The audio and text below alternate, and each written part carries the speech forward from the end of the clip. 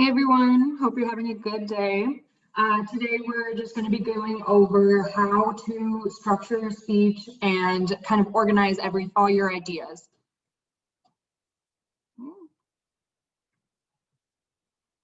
My PowerPoint will work, thank you. Okay, so first we're just going to go over the introduction and then kind of how to go through your points that you're making, which support the main argument. And then we're going to go over how to conclude and wrap everything up. So let's start with the introduction. You're starting with some type of hook or an attention getter.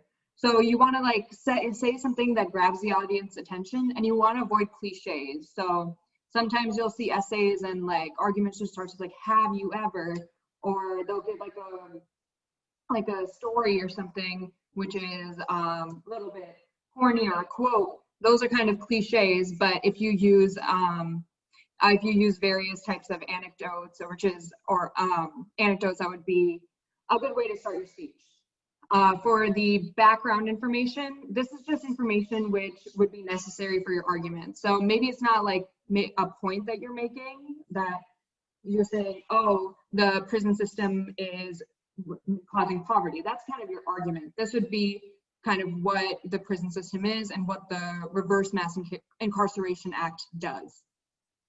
Let's go into the relevance portion.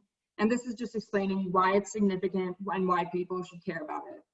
And next, lastly, your thesis. So this is where you introduce the main points that you're making and then the order in which you're going to do them in.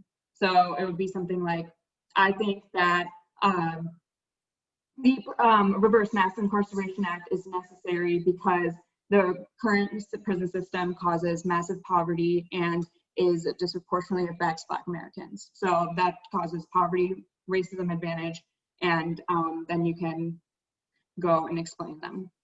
So that's now the main points. So when you are explaining each of your kind of arguments for why you support a certain position, you want to first start with your topic sentence.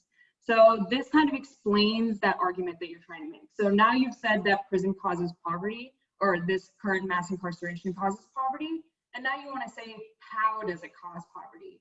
So you would say something like, through lowered incomes and educational outcomes, poverty impacts the incarcerated and their families. So now you have kind of an explanation for the process, and that's what you want to start your paragraph with. And next, you want to draw in different evidence. So to support your point, and this doesn't mean like reading a whole card. Instead, or now you won't even, you can use other pieces of evidence as well. But it means like paraphrasing and using short quotes, not reading long quotes from them. And then connect that to your thesis again, and you want to relate it to your overarching position. Why does it mean that we want to, for example, pass a Reverse Mass Incarceration Act, or why does it really impact everyone? So that's that last step. And then in between your points, you want to really transition the reader, or the audience rather. So an example of this could be something like, not only does the prison system cause poverty, it is also disproportionately affects minorities. So that kind of gives a organization so the reader or the audience knows when you're moving from point to point. And even when you're within your points, you could use transition words to kind of let the audience follow along. An example of this could be if you're building up a counterpoint, like some people say blah, blah, blah. However, that's kind of, I say blank, that's kind of a way to like separate what they're saying, what you're saying, so the audience knows what's happening. So lastly, you would use another transition and then say something about the conclusion. So trying to wrap everything up. The first thing you want to do is kind of restate your thesis, and you want to paraphrase it because you don't want to say the exact same sentence. It's pretty noticeable if you do that. But just summarize the main points again that you have made. And now you want to maybe take it one step further. And this could be, you don't have to do both these things that I've listed here, but one could be implications for policy or on society. So maybe this means that they should pass the Reverse Mass Incarceration Act, and it would really help society in XYZ ways, and that maybe restating kind of the significance of that you maybe have had in the introduction as well.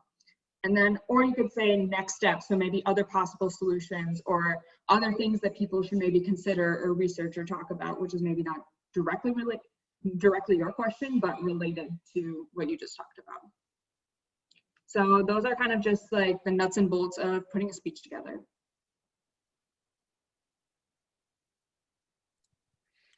Awesome. Thanks, Sukriti. So next we're going to hear from Trinity, who's going to discuss the topic for the speech bowl, which will be prison abolition. This is an argument in the varsity evidence in both the marijuana affirmative and the mass incarceration affirmative. And the basic argument that Trinity is going to explain is whether or not we should reform prisons via political action like the government, or we should abolish prisons by eliminating them. So, without further ado, I'm going to hand it over to Trinity.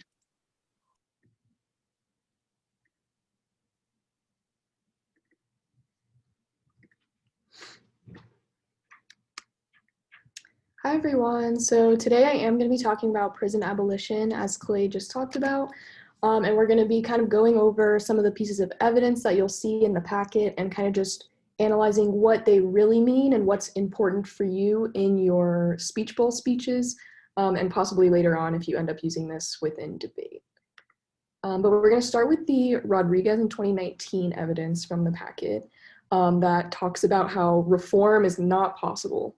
So first, we're just going to start by talking about what the prison system is. So basically what the prison system is, when we reference that over and over throughout debates, is just all prisons across the United States. And we are going to talk about how they treat their prisoners, how they affect the overall community, and why they are bad and they need to be either reformed or, in this case, abolished. And so this piece of evidence makes the argument that reforming the prison system is not possible. And the reasons that it gives is that the prison system upholds many different forms of violence, and you can't reform any of them. You have to just completely rid of the entire system, the entire prison system across the United States. And so some of these forms of violence are racial, sexual, gender, and class. Specifically racial, when we're talking about racial violence within the prison system, we can see that minorities are disproportionately more likely to be imprisoned, and when they are in prisons, they can experience discrimination. For sexual violence, we see across the United States that people within prisons experience sexual violence. Then for gender, we see that there is discrimination based on gender for who is imprisoned, and based on discrimination based on their gender, and that can affect how they're treated within those prisons. And then for class, we see that poorer people are a lot more likely to end up as prisoners and be stuck within the United States prison system.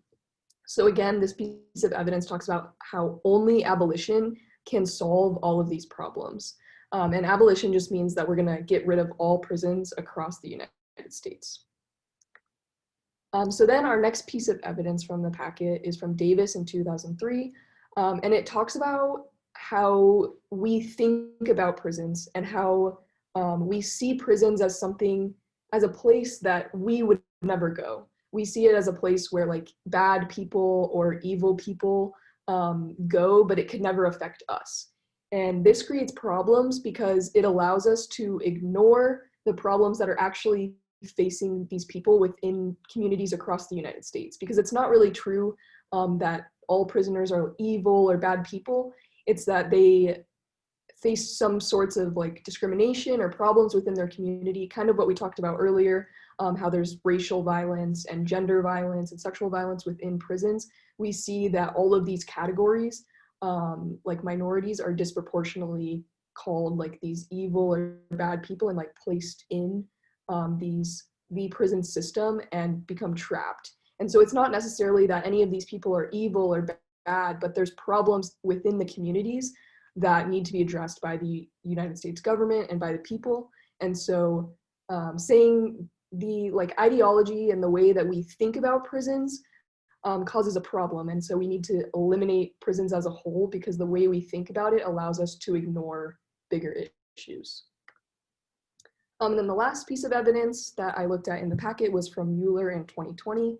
And it basically talks about how we need to demand excellence within our society. And even if other people say that what we are demanding is extreme, we need to continue to push for these better systems so that we can actualize this improvement, so that we can make it possible.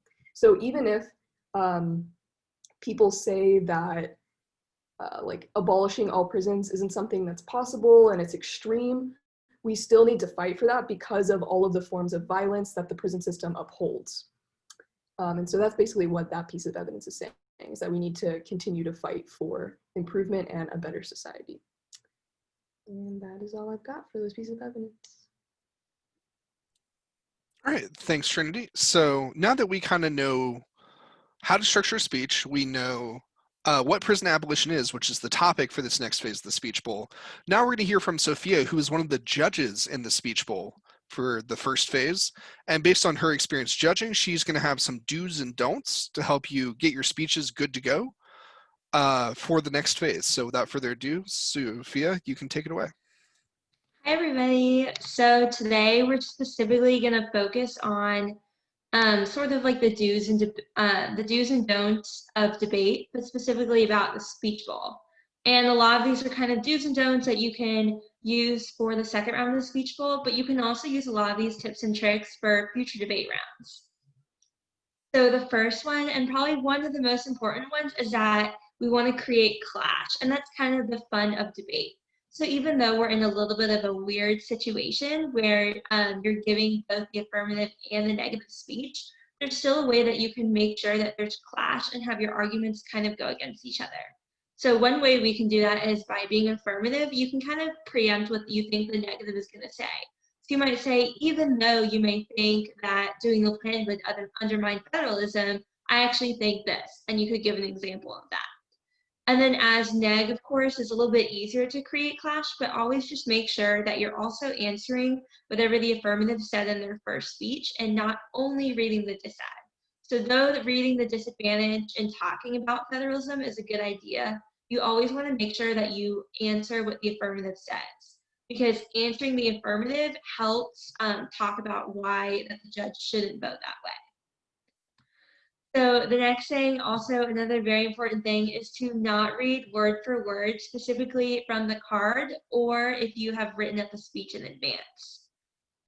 Debate is all about public speaking, and as judges, we really want to see what kind of skills that you have and that you can show off. And so the Speech Bowl is a great opportunity to do that. Especially, it's even more impressive if you guys are able to use your own ideas and kind of share them with us. And so by doing that, we like to call it sort of thinking on your feet. So though preparing a speech is a great idea to do, you can prepare it with bullet points and writing just short little notes of what you think you might want to say versus reading word for word off of a piece of paper about your speech. And then also, in terms of the evidence, you don't want to read word for word from the evidence. And this is what's a little bit different about typical debate years. In a typical debate year or typical debate round, in your constructive, you would read word for word from the evidence, and that's great. But for the Speech Bowl, maybe for round 2, really consider not reading word for word off of your evidence, but talking more about your own ideas and kind of just leading into it. So the next thing that we kind of have relates to that, and that's about referring to your evidence. So just because I talked about earlier that you shouldn't read word for word off your evidence, you should still definitely use your evidence. Your evidence has a lot of really good warrants and a lot of really good statistics that are great for you to bring up and that support your argument. So if you do decide that you want to read word for word off of your evidence, a good idea would be maybe just to read one sentence or part of a statistic that you think is really important. And so always just make sure to quote and say who the author was and what the year was. But just keep in mind that your evidence is there as kind of a crutch, a good supporting arguments for you, but not something that you always have to read word for word. But definitely pull out what you think would be most important from the card that you can use in your speech. So the next one is also just as important as the content in your speech, but it's about how you communicate non-verbally. And especially with us being online and recording yourself for the Speech Bowl, these things are especially important, and also making sure that your judge is engaged into what you're saying. So one of the biggest things you can do is make eye contact. I know it's a little bit weird because it's not live and you're recording yourself, you can kind of make eye contact and look at the camera a little bit more. If you do have notes that you're reading off of, try looking down at your notes, and then you can look back up at the camera too. And the next thing is just you want to make sure that you're generally looking presentable and just ready to give a speech. So that means having a smile on your face, maybe changing out of your pajamas, giving your hair like a quick comb through, just to kind of make sure that you look credible and that you're excited to debate. And then the other thing is that you always want to make sure to keep your speech interesting, that you're changing your pitch, changing your tone, changing your facial expressions based off of what you're saying. Maybe you're saying a statistic that's really astounding and really shocking, and you can kind of like raise your eyebrows and get excited about that statistic because it's something that's really interesting. And then another thing I want to add that's also super important is that you always want to make sure that you're sort of showing, I like to say at least your shoulders. In an actual debate round, you always want to make sure you're standing. But since for the speech bowl, we're recording ourselves, sitting is definitely a good idea, especially to make sure that the sound quality comes out good. But try and just make sure you're at least showing your face, because we want to see you guys smile. We want to see you guys speak. And so the last one, which sounds obvious, but it's so important, is to not forget that it's for fun. Debate is supposed to be a lot of fun. We really enjoy getting to kind of show off our knowledge, showing off how much you've prepared for your speech. So we want to see that when you guys speak. So smile, really engage in the speech that you're giving. And just use debate as your voice. It's a great opportunity to share a personal experience or share a statistic that you know that you might not think other people know. So it's a great opportunity to really share whatever you want to share that's in related to the topic and kind of bring your own voice into the speech bowl.